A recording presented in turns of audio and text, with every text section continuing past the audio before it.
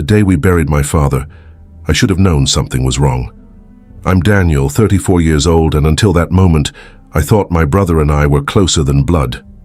But as I stood there in the rain, watching him hover over Dad's lawyer like a vulture, I felt it. That first crack in everything I believed about family. He kept touching the man's briefcase, whispering things that made the lawyer nod too fast. And when I caught his eye, he didn't look guilty. He looked impatient, like he couldn't wait for the dirt to hit the casket so he could finally get to whatever came next. I told myself it was grief playing tricks on me. I was wrong. By the time I realized what he'd done, it was too late to just walk away. So I did something worse. A week after the funeral, the family gathered in Dad's old study.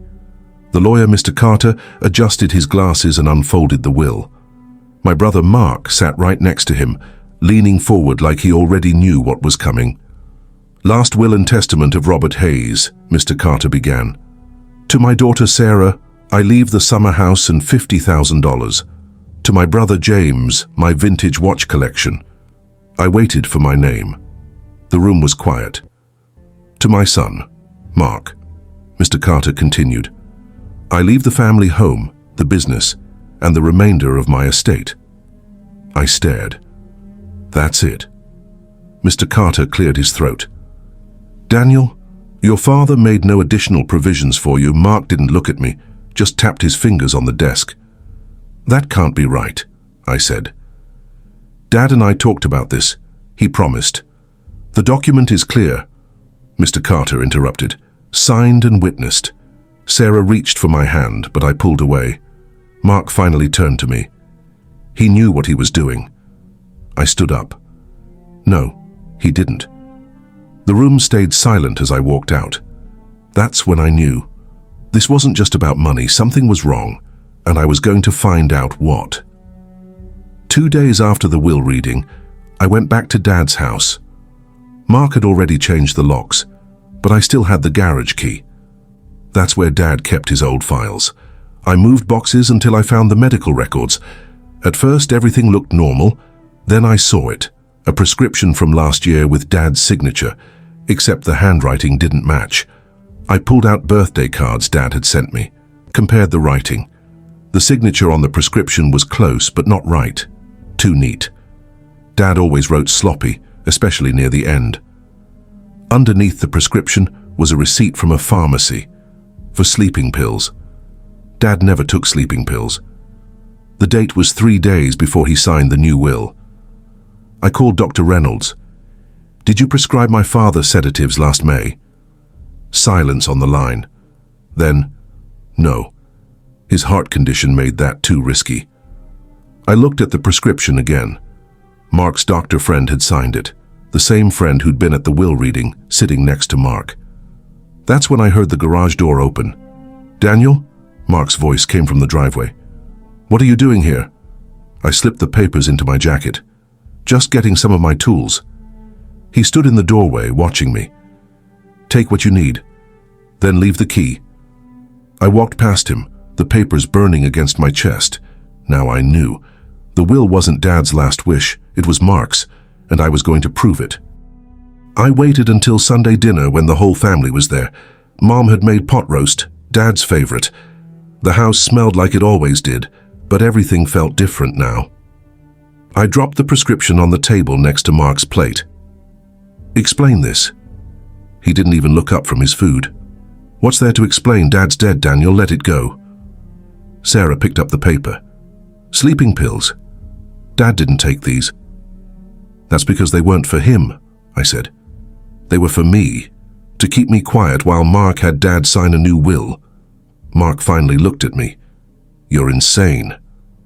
Dr. Reynolds never prescribed these, but your friend Dr. Keller did. The same guy who witnessed the will." Mom's fork clattered against her plate. "Boys, please, not at the table."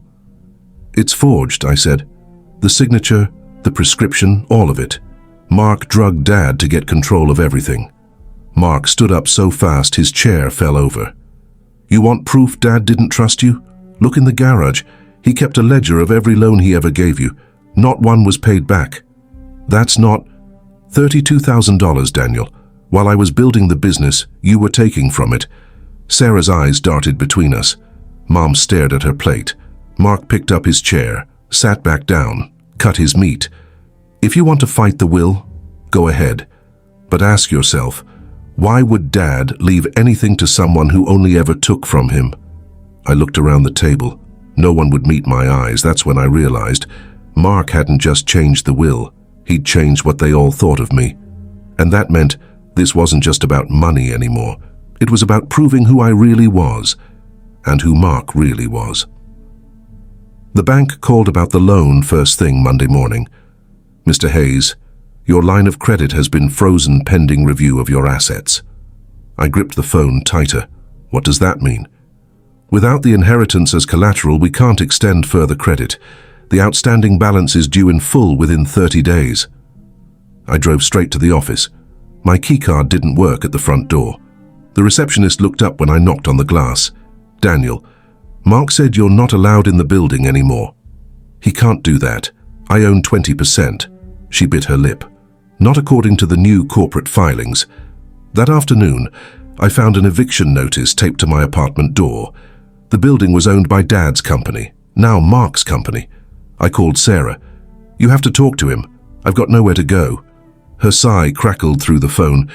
He says you're making trouble, that you'll just waste whatever Dad left you. I'm his brother. Then act like it, she said. Drop this. Move on. The call ended.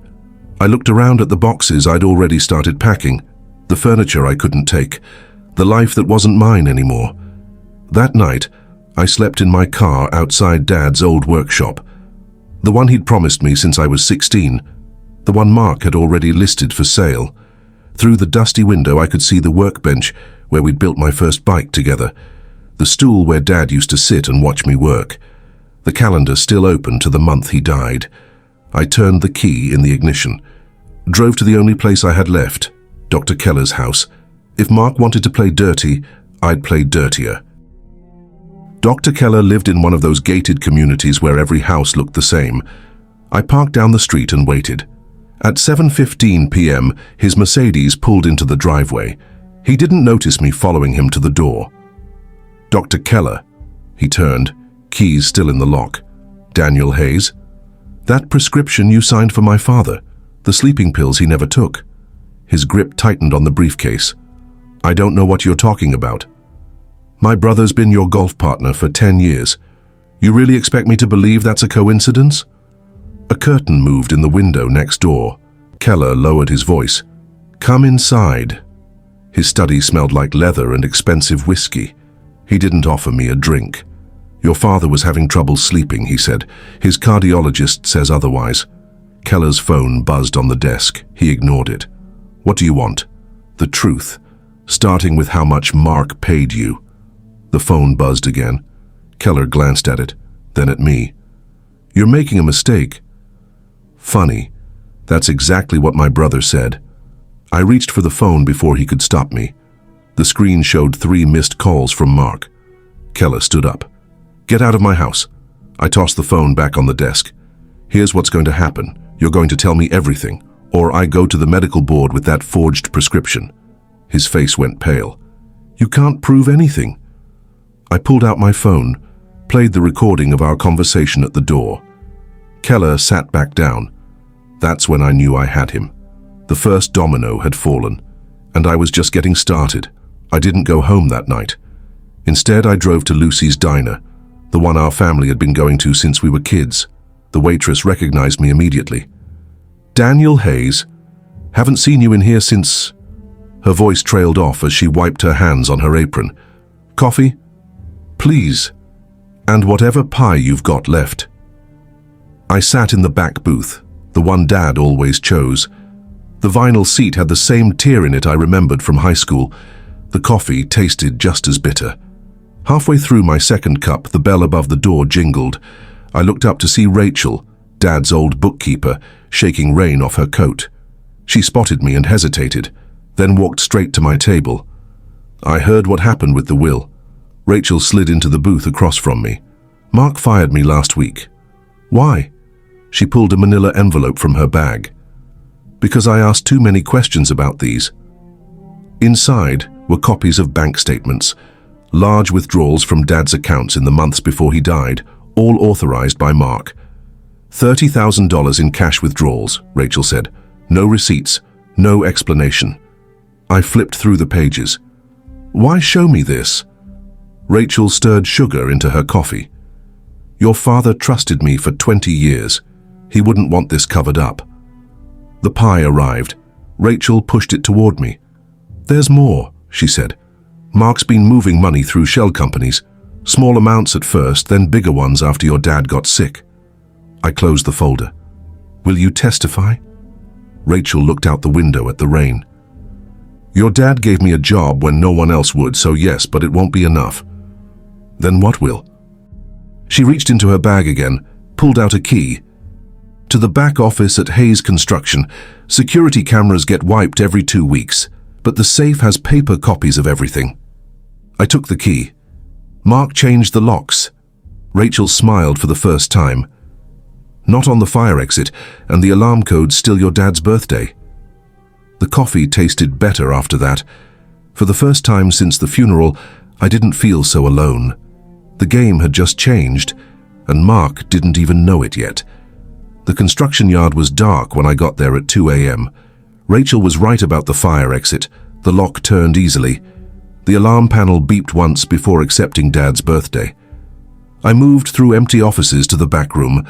Mark's new nameplate gleamed on the door that used to say, Robert Hayes. The safe was behind his desk, exactly where Dad kept it. My hands shook as I turned the dial.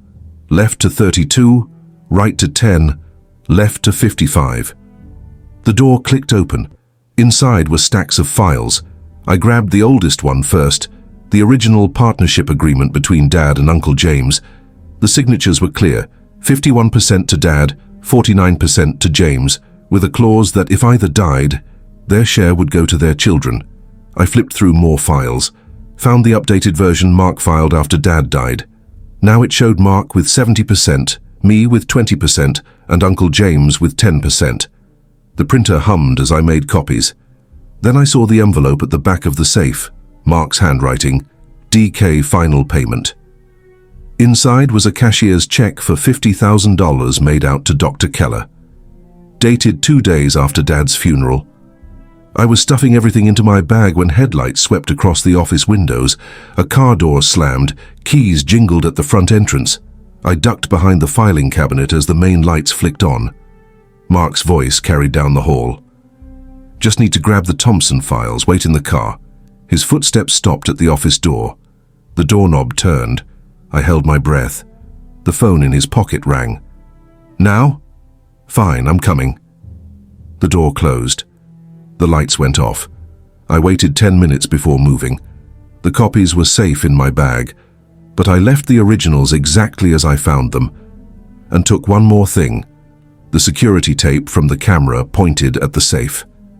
Mark would know someone had been there, but he wouldn't know it was me, not until it was too late. I found Lila Carter at the same downtown bar where Mark used to take clients. She sat alone at the end of the counter, twisting the stem of a martini glass between manicured fingers. "You're Daniel," she said before I could introduce myself. "You look just like your brother, just less polished." I slid onto the stool beside her. "Then you know why I'm here?" She laughed, the sound bitter and sharp. "Let me guess.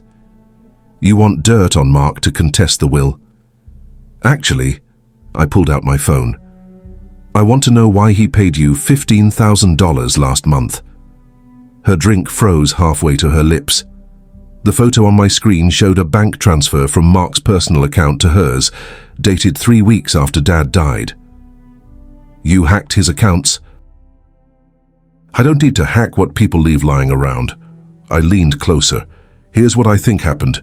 You and Mark had a thing. Dad found out, threatened to cut him off unless he ended it. Then Dad got sick. Suddenly Mark could afford to pay you off." Lila drained her glass. "You're missing one detail." "What's that?" She reached into her purse, pulled out an envelope, and tossed it on the bar between us. "I wasn't Mark's mistress. I was your father's. Inside were photos. Dad and Lila at a beach resort. Dad signing a lease for an apartment in her name. A handwritten note. For when we tell the family, R. The date on the note was 2 days before Dad's first hospitalization. Lila signaled for another drink. Your brother didn't pay me to stay quiet. He paid me to disappear before anyone found out why your father was changing his will. I stared at the photos, at the woman who'd just shattered everything I thought I knew. So here's my question, Daniel. Lila's fresh martini arrived. She took a slow sip. Do you really want the truth? Or do you just want your money?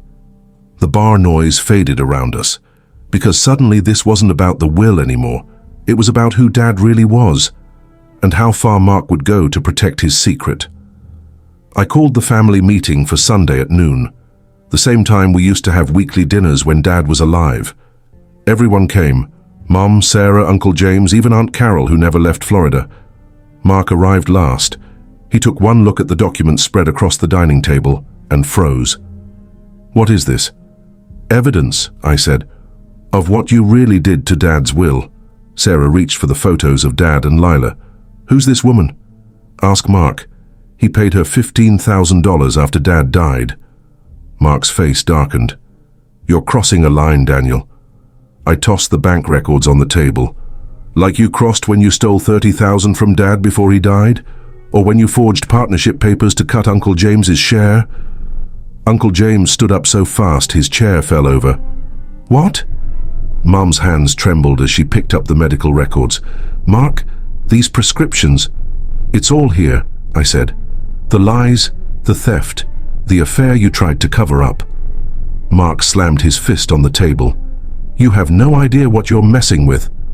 Then explain it, Sarah shouted, because right now it looks like you drugged Dad and stole from everyone. The room erupted.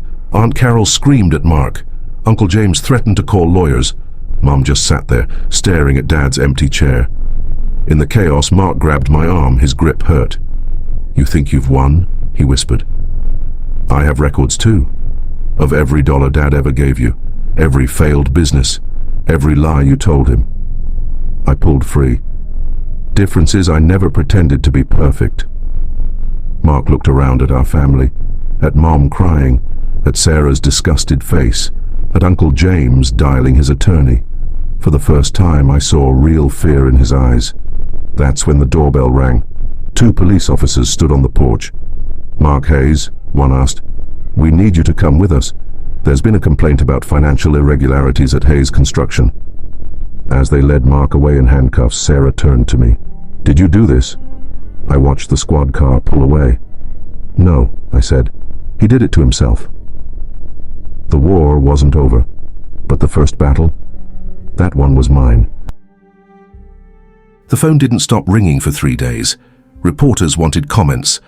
Lawyers demanded meetings. Distant relatives suddenly remembered our phone number. I ignored them all. On Wednesday morning, I drove to the county jail. Mark sat across from me in the visitation room, wearing an orange jumpsuit that hung loose on him. His hands wouldn't stay still. Bail hearings tomorrow, he said. I slid a manila envelope across the table. You'll want to see this first. He opened it, scanned the top document. His face changed. Where did you get this? Dad's safety deposit box, the one you didn't know about. The papers showed everything. The real will, signed and notarized 6 months before Dad died. Equal shares to both sons, the business staying whole. Mark kept flipping pages, then stopped at the last one, a handwritten note in Dad's shaky script. If you're reading this, something happened to me. Look into the medication changes. Don't trust Keller. Mark's fingers crumpled the edge of the paper. This doesn't prove anything. I took out my phone, played the recording from Dr. Keller's office. Your brother paid me to say your father needed those pills. Mark shoved the chair back. The guard stepped forward. You set me up, he hissed. I leaned closer. No, Mark. You did that yourself. The police found the withdrawals, the forged documents. All I did was show them where to look. His breathing turned ragged. What do you want? Same thing I've always wanted. What Dad intended. The guard announced time was up. As Mark stood, I slid one more paper across the table, a check. For his share of the inheritance, half of what Dad left. He stared at it. That's it. Take it or fight me, but either way, you're done. I walked out as the guards led him away. The sun felt warmer than it had in months. The war was over, and for the first time since Dad died, I was finally free. The letter arrived 1 week after Mark took the plea deal. Thick cream envelope, no return address. Inside was a single key and a note. Storage Unit 214B. Your father left instructions. The unit was at one of those 24-hour places on the edge of town. Dusty, quiet. The key turned smoothly in the lock. The overhead light flickered when I flipped the switch. What I saw stopped me cold. Boxes, dozens of them, all labeled with dates going back 20 years. The first one I opened was marked Daniel College. Inside were every letter I'd ever sent home, every report card, even the suspension notice from freshman year. The next box held photos, me at Little League games, family vacations, Dad teaching me to shave. Then I found the file folder. Hayes Construction, succession plan. The documents inside were crisp, official, signed by Dad 6 months before his death. They named me sole inheritor of the company. At the bottom was a sticky note in Dad's handwriting. Mark can't be trusted with what we built, but you'll do right by it. My hands shook holding the papers, because none of this made sense. If Dad wanted me to have everything, why go through the charade of the other will? Why let Mark think he'd won? Then I saw the envelope taped to the inside of the box, the one marked, "Open only if something happens to Mark." The storage unit suddenly felt too small, too quiet. I looked back at the boxes, at a lifetime of memories carefully preserved, and realized this wasn't just about money, or the company, or even revenge. This was a test, one I didn't know I'd been taking, one Mark had failed. And now? Now I had to decide what to do next, because the game wasn't over. It had just changed, again. I waited until midnight to open the last envelope. The storage unit hummed with the sound of the overhead light. My hands weren't steady when I peeled back the flap. Inside was a single sheet of paper and a smaller key. The note read, "Safety Deposit Box 7012, First National. Password is your mother's maiden name." The paper beneath it was a birth certificate. Mark Anthony Hayes. Father, Robert Hayes. Mother, Elizabeth Carter. Not my mother. Not Elizabeth Hayes. Elizabeth Carter. The pieces clicked together too fast. Dr. Keller's panic when I mentioned payments. Mark's desperate need to control everything. Why Dad would test him like this? I sat on the concrete floor between boxes of my childhood. Mark wasn't just my brother, he was my half-brother, and Dad knew, which meant this wasn't about who deserved the company, it was about who deserved the truth. I locked the storage unit behind me. The night air felt heavy. I had one more place to go, one more secret to uncover. And this time, it wouldn't just change everything, it would explain everything. Starting with why Dad really died. The bank manager hesitated before leading me to the vault. "Your father updated the access list last month, just you and him." The safety deposit box was heavier than I expected.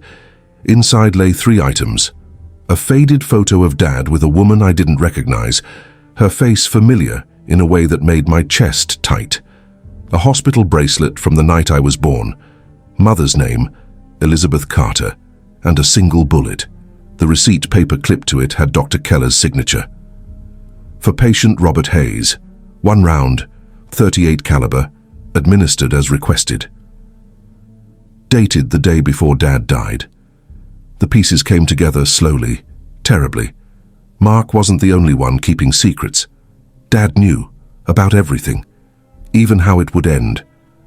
The photo trembled in my hands, because the woman wasn't just Mark's mother. She was mine too. And Dad? He wasn't just saying goodbye when he changed that will. He was protecting us, from the truth, from each other, from himself. I closed the box. The bank manager asked if everything was all right. I didn't answer. Some truths change everything. Some change nothing at all. Blood doesn't make family, and revenge doesn't make you whole. The bank vault door clicked shut behind me as I stepped into the sunlight, Dad's secrets heavy in my hands. Across the street, the courthouse steps were empty. No reporters, no cameras, just Mark sitting alone in his cheap suit, waiting for his probation hearing to start. He looked up when my shadow crossed his. "You came." I sat beside him, the safety deposit key digging into my palm. "We need to talk." The birth certificates slid across the concrete between us. Mark stared at them, then laughed, a harsh, broken sound. "All this time, you didn't know either." The sun warmed the back of my neck as the truth settled between us. 2 brothers, 1 father, a lifetime of lies. I stood up, leaving the papers with him. The judge would call his case soon. The company would need someone to run it. And we had a choice to make. Would you have forgiven him? Drop your thoughts in the comments. This is the end of my story. Thank you for watching, and if you like this kind of content, kindly leave us a like, share the video, and subscribe to the channel for more stories like this. Thank you.